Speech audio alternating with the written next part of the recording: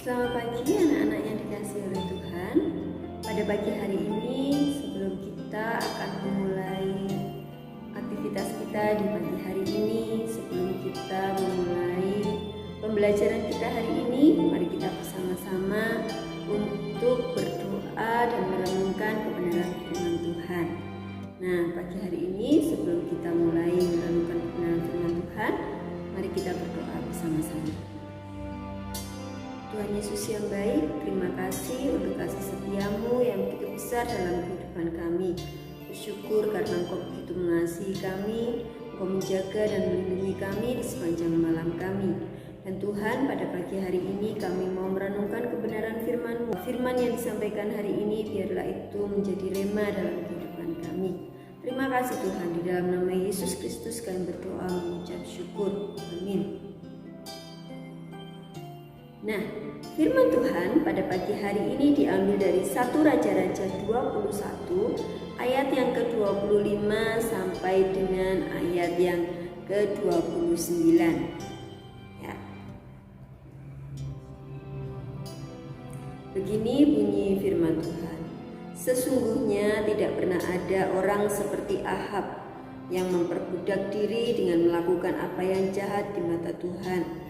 Karena ia telah dibujuk oleh Isabel istrinya. Bahkan ia telah berlaku sangat keji dengan mengikuti berhala-berhala, tepat seperti yang dilakukan oleh orang Amori yang telah dihalau Tuhan dari depan orang Israel. Segera sesudah Ahab mendengar perkataan itu, ia mengoyakkan pakaiannya, mengenakan kain kapung pada tubuhnya dan berpuasa. Bahkan ia tidur dengan memakai kain kapung dan berjalan dengan langkah lambat. Lalu datanglah firman Tuhan kepada Elia orang Tisbe itu. Sudahkah kau lihat bahwa Ahab merendahkan diri di hadapanku? Oleh karena ia telah merendahkan diri di hadapanku, maka aku tidak akan mendatangkan malapetaka dalam zamannya. Barulah dalam zaman anaknya aku akan mendatangkan malapetaka atas keluarganya. Nah, firman Tuhan hari ini adalah kelanjutan dari firman Tuhan yang selama ini telah kita dengarkan, yakni kita belajar tentang Raja Ahab. Kita mengetahui bahwa Raja Ahab itu adalah raja yang tidak melakukan perintah Tuhan, ya. Yang pertama, dia beristri Isabel, ya. Kemudian dia tunduk kepada istrinya, mengikuti apapun yang dilakukan oleh istrinya, termasuk menyembah berhala. Bahkan dia tidak melarang ketika istrinya berusaha untuk membunuh nabi-nabi Tuhan. Dan yang terakhir, ketika dia melakukan kejahatan dengan mengingini milik anggur Nabot dan kemudian istrinya melakukan suatu tindakan perebutan, ya, berusaha untuk merebut anggur milik Nabot itu dengan cara membunuh Nabot, tapi dengan cara yang licik. Nah, apa yang dilakukan oleh Ahab dan keluarganya itu sangat membuat Tuhan itu sedih dan membuat Tuhan itu marah. Dan akibatnya Tuhan itu mengatakan bahwa Tuhan akan menghukum Ahab dan keluarganya. Tetapi ketika Ahab mengetahui bahwa Tuhan akan menghukum dia atas segala kejahatannya, apa yang dilakukan oleh Ahab? Ya, benar. Ahab minta ampun kepada Tuhan. Ahab berdoa kepada Tuhan, dia mengoyakkan jubahnya, kemudian dia menaruh di atas kepalanya itu, ya, di atas kepalanya itu dikasih abu tanda perkabungan. Ya, dia berkabung, dia minta ampun sama Tuhan. Dia nggak hanya berdoa minta ampun, tapi dia juga berdoa puasa kepada Tuhan. Nah, apa yang dilakukan oleh Ahab itu menggerakkan hati Tuhan, sehingga Tuhan pun mengampuni dan tetap mengasihi Ahab.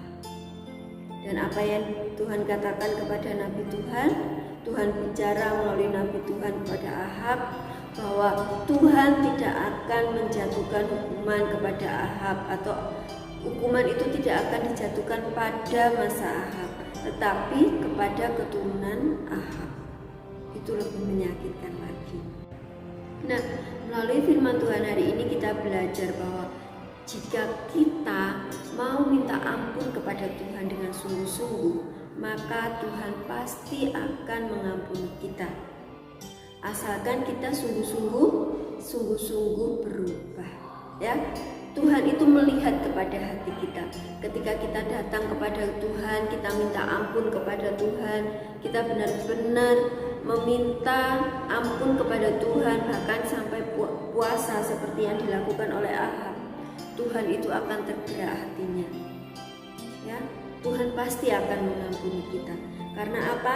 Karena Tuhan itu mengasihi kita, ya. Tuhan itu Bapa kita, seperti orang tua kita. Jika kita salah, orang tua kita nggak akan benci kita, tapi mereka akan mengampuni kita asalkan kita mau minta maaf, kita mau minta ampun kepada mereka, mereka pasti akan mengampuni.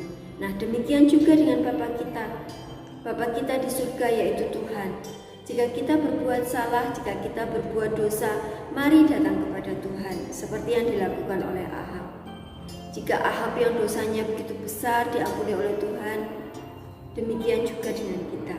Tuhan pasti juga akan mengampuni setiap dosa-dosa kita. Firman Tuhan yang terambil di dalam Bilangan 14 ayat 18a dikatakan demikian. Tuhan itu berpanjangan sabar dan kasih setianya, berlimpah-limpah. Ia mengampuni kesalahan dan pelanggaran, tetapi sekali-kali tidak membebaskan orang yang bersalah dari hukuman. Nah, karena itu kita sebagai anak-anak Tuhan, kita belajar untuk menjadi anak yang baik. Kita berusaha semaksimal mungkin supaya kita tidak melakukan perbuatan dosa. Mari kita berdoa. Tuhan Yesus, terima kasih untuk firman-Mu hari ini yang mengingatkan kami bahwa Engkau adalah Allah yang panjang sabar, Engkau Allah yang sanggup untuk mengampuni setiap dosa-dosa kami ketika kami berbuat salah kepadamu. Tuhan, tolong kami supaya kami dapat memberikan yang terbaik dalam kehidupan kami. Di dalam pembelajaran sepanjang hari ini, Tuhan, yang menyerahkannya ke dalam tangan-Mu. Terima kasih Tuhan, di dalam nama Yesus Kristus kami berdoa mengucap syukur. Amin. Selamat beraktivitas, Tuhan Yesus memberkati.